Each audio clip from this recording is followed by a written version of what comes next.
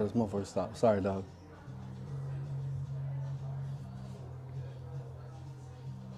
Fuck. Run it back. Okay, All that's right, okay. introduce yourself. Yes, sir. My name is Johnny, owner of Crystal Art and Design Studios, and also a business entrepreneur. Hell yeah. Yes, sir. And so before we jumped on camera, you were telling me that you were originally from the OC.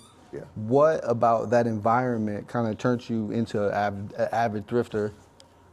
Just trying to get, put in, your own style, really. Yeah. Didn't have enough money for luxuries, so the best next stop for me was just thrifting clothes and kind of trying to find rare finds for designer brands and everything. And that's how I was able to kind of develop my own style without, Sure. designer head to toe kind of thing. So What I noticed early on in my journey was the dopest shit always bubbled back up, right? Yes. So like you'll see some stuff that might catch your eye from this season or from that brand or whatever, and it was cool. But then over time, the dopest shit would like come back, and so like like Gucci was cool, but like that shit that came back, you're like, what the fuck? What is this? This is Exactly. incredible. Exactly. And so thrifting, like, it was like access to the best stuff, because the mediocre shit just falls in the trash, right? Exactly. It goes away, but the best stuff always resurfaces, and Yes. that's to me what's like truly special about going back and digging through just racks. kind of finding those timeless pieces. I mean, I feel like we don't give enough credit to what was made back then and the detail. Yeah. I feel like a lot of detail and authenticity just came from a lot of older brands and vintage brands. And I think that's why I hold so close to it, like just vintage life in general, Yeah. because it's just a timeless and classic piece of, or I would say it's like part of fashion where, and things could also become vintage over time if, they're classic, it's made with authenticity. Yeah, things that don't necessarily, you wouldn't expect to have a second life. Yeah. Somehow the world picks it and it comes back, and you're like, yo, Yeah. it's like a weird subconscious thing that happens. But there's also things that don't get light in the moment, but over time, like Yeah. people are able to find things, and I think that's just the beauty of clothing and just creating in general. Like, you never know when you're gonna get your light. It's, you could be making something and it's not gaining a lot of attraction. A lot of people are like, it's cool and all, but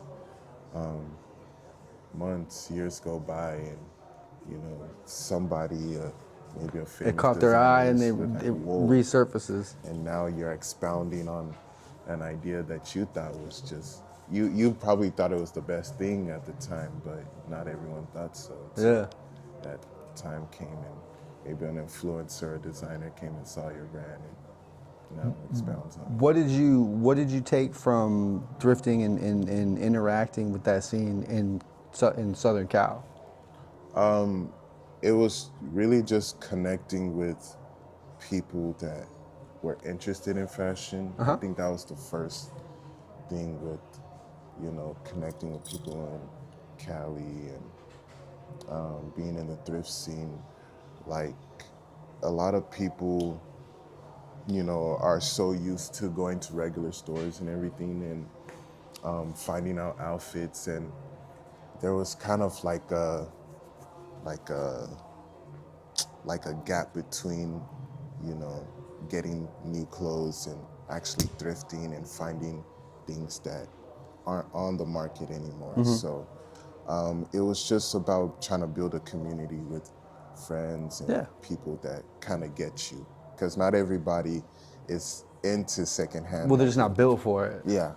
Like, I'll give you an example. So I grew up real poor. Like, my dad died in jail. My mom was single parent, 5 kids. And so we would go to, that's how we would go shopping at the Goodwill. This is what it was.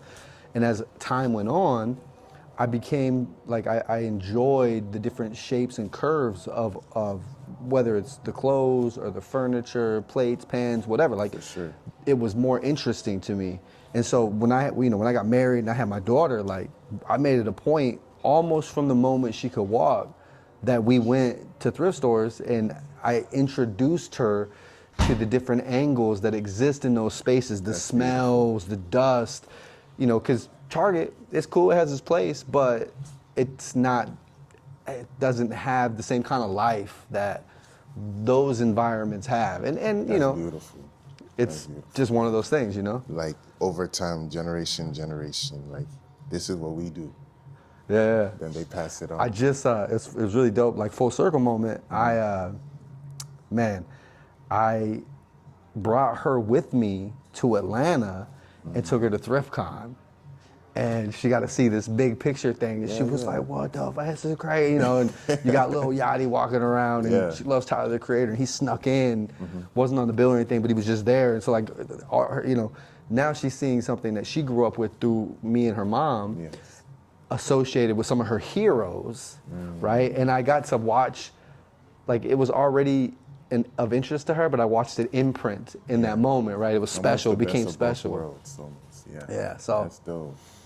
So it's important that we continue doing that too, right? Integrating, introducing, and keeping it moving. Hell yeah. I could expound a little on that with just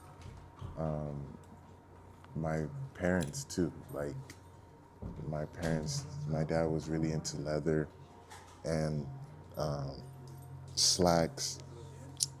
And he used to collect these like not flannels, like these cardigans. Yeah. And they're almost like maybe the ones you've seen in the 90s, like Bill Cosby. Yeah. I used Mr. Rogers. Yes. And I used to steal them, wear it to school, and be like, oh, I need that.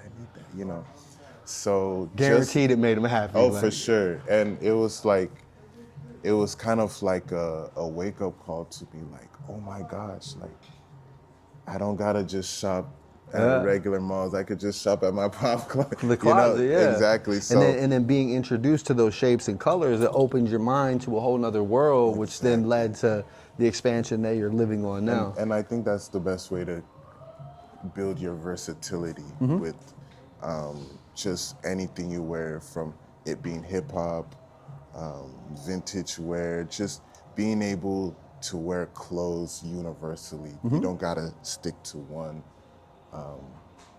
style. Theme. Yeah, I think the best way is always whatever moves you.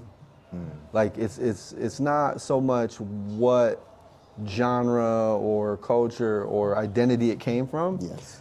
It's when you look at that thing, do you respond? Yes. Right? And then as long as you follow that, it becomes a North Star across the board.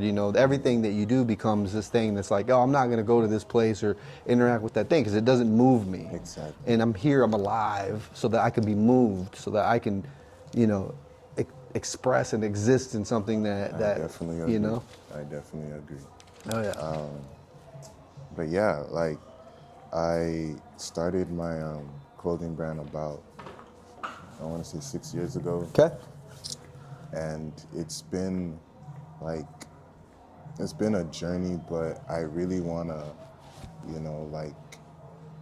expound on a new wave of like vintage styles, new patterns and colorways. And I think as a business owner, it's always best to go outside and look at what's already made.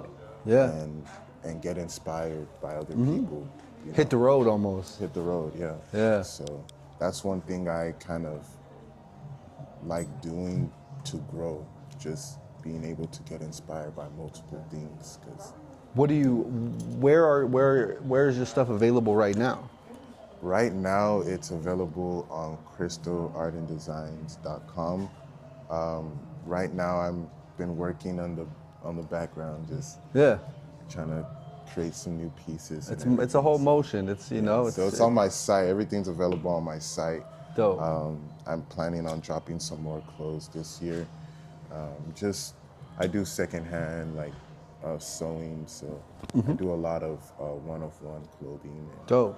that's kind of been my lane, just one-of-one, but also Have you gotten into any styling for other people? Like, not yet. not yet? I feel I do have a good vision for that, just knowing what the person is from how the size to how clothes will look on them. But I haven't got to that yet. Yeah, still working on it. I'm still working on it. Hell yeah. Yes, sir. Well, I appreciate the time, man. It was good meeting Yes, you.